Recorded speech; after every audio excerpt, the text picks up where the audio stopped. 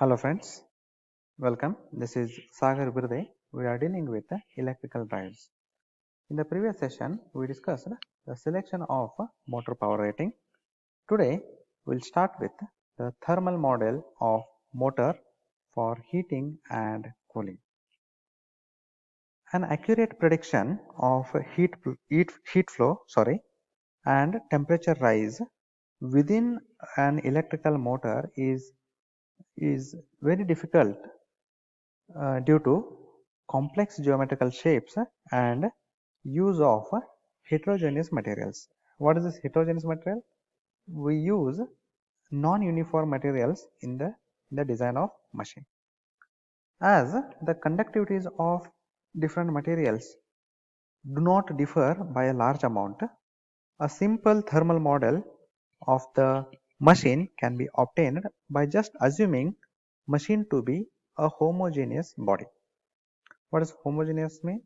Here it is uniform in composition or character. Say for example, like a color, uniformity in shape, in size, in height, in weight, in texture, maybe in language, maybe in temperature, design, etc., etc. Although it is an inaccurate, but still such a model is good enough for a drive engineer whose job is only to select the motor rating for a given application, ensuring he must ensure that the temperatures in different parts of motor body do not exceed the safe value limits. So that is the duty of the drive engineer. Now let us say the machine, which is already we assumed it as a homogeneous body, and the cooling medium has the following parameters at say some particular time t. Here we are assuming P1 as heat developed in the machine in watts or say in joules per second. Similarly, P2 heat dissipated to the cooling medium, watts or in terms of joules per second again. W stands for weight of active parts of the machine in kilograms. H stands for specific heat in terms of joules per kg per degree Celsius. A is the cooling surface area in meter square. D stands for coefficient of heat transfer, or you call it as specific heat dissipation, measured in joules per second per meter square per degree Celsius. And theta is the mean temperature rise within the machine in terms of degree Celsius.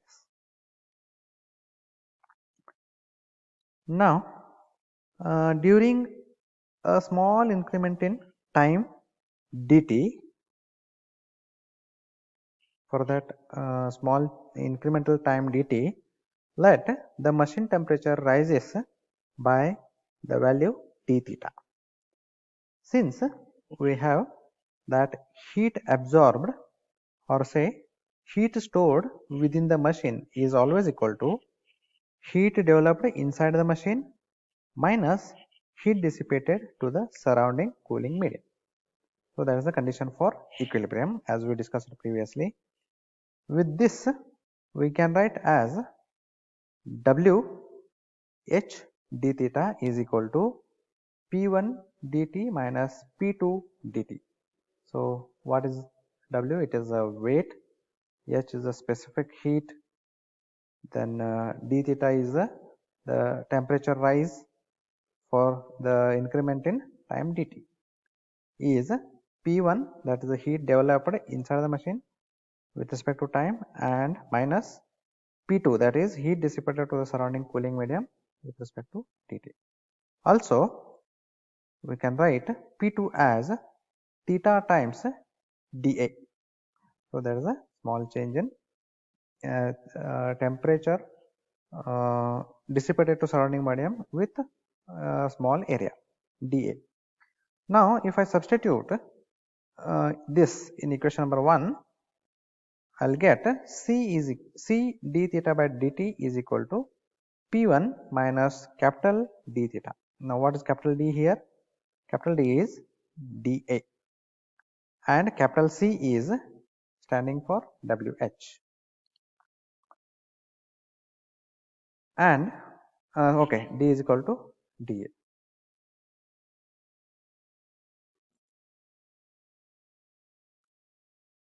Say C is the thermal capacity of the machine measured in watts per degree Celsius, and D, capital D, is the heat dissipation constant measured in watts per degree Celsius.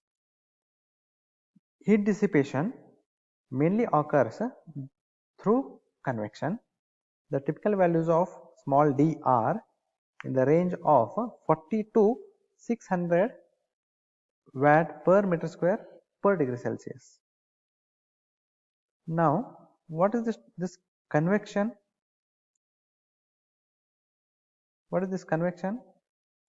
Convection is the movement caused within the fluid by the tendency of hotterness, heat, by the tendency of heat, and therefore less dense material to rise and cooler material to sink under the influence of gravity, which consequently results in transfer of heat from one level to the other. So that is convection. Now this first order differential equation, that as we seen in the previous case, this one, C d theta by dt is equal to P1 minus capital D theta, this is has a solution as theta is equal to theta ss 1 minus e raised to k e raised to minus t by 2. Here theta ss is P1 by d and tau is equal to C by D. Okay.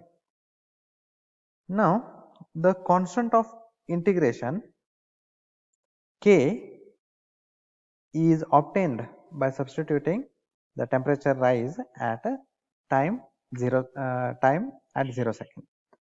When this initial temperature rise is theta 1, the equation becomes theta is equal to theta ss 1 minus e raised to minus t by tau plus theta 1 e raised to minus t by tau. Tau is known as, sorry, this is not a t, it is a tau. The tau, this is known as heating or say thermal time constant of the machine. In the previous equation, if I substitute t equal to infinity and theta as theta ss, thus this theta ss is the steady state temperature of the machine when it is continuously heated by power P1. At this temperature, all the heat produced in the machine is dissipated to the surrounding medium. Similarly, let the load on the machine is taken off after its temperature reaches a value theta 2. When temperature within the machine reaches the theta 2 value, we are taking off the load of that particular machine. Heat loss will reduce to a small value P1 dash now, and cooling operation of the motor will start. Let the new value of heat dissipation constant D dash, if the time is measured from when the load is taken off, then C d theta by dt is equal to P1 dash minus D dash theta. So that will be our next equation. Again we will solve this first order differential equation assuming the initial conditions theta is theta 2 now at time equal to 0. So when the cooling time begins, we consider that time as 0 now. So the equation is theta is equal to, previously it was theta ss 1 minus e raised. Now it is theta is equal to theta ss dash 1 minus e raised to minus t by tau dash plus theta 2 e raised to minus t by tau dash. Here theta ss is p1 dash by capital D dash and tau dash is c divided by d dash. Theta ss dash is, again it is a steady state temperature rise for the new conditions. Here tau dash is known as cooling or thermal time constant of the machine. So previously it was tau, the heating time constant. Now tau dash is known as cooling time constant of the machine. If motor were disconnected from the supply during the cooling time, then P1 dash and theta ss dash will be 0, which suggests that the final temperature attained by the motor will be the ambient temperature or the surrounding temperature. So if you substitute that in the above equation, you will get theta is equal to theta 2 e raised to minus t by tau.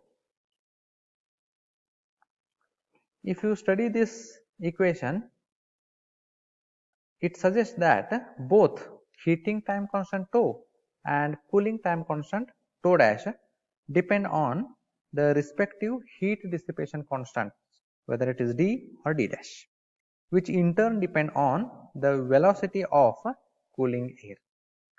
So you can make use of, in some cases self cooled motors are also there, where cooling fan is mounted on the motor shaft. As the velocity of cooling air varies with the motor speed, thus varying cooling time constant tau dash. So if the speed changes, tau dash also changes. Cooling time constant at a standstill is much larger than when it is.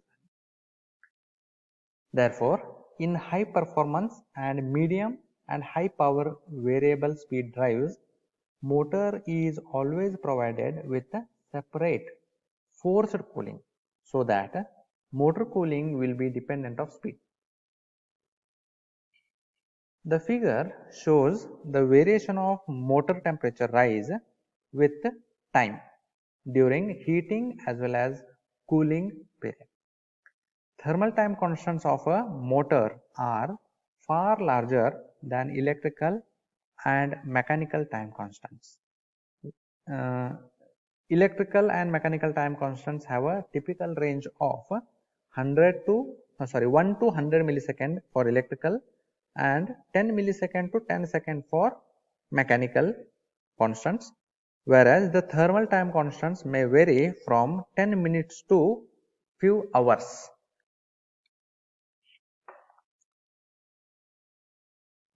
In the next session, we'll be classifying the motor duties and we'll see how the motor can be worked in different duties with some the torque versus time characteristics. Thank you.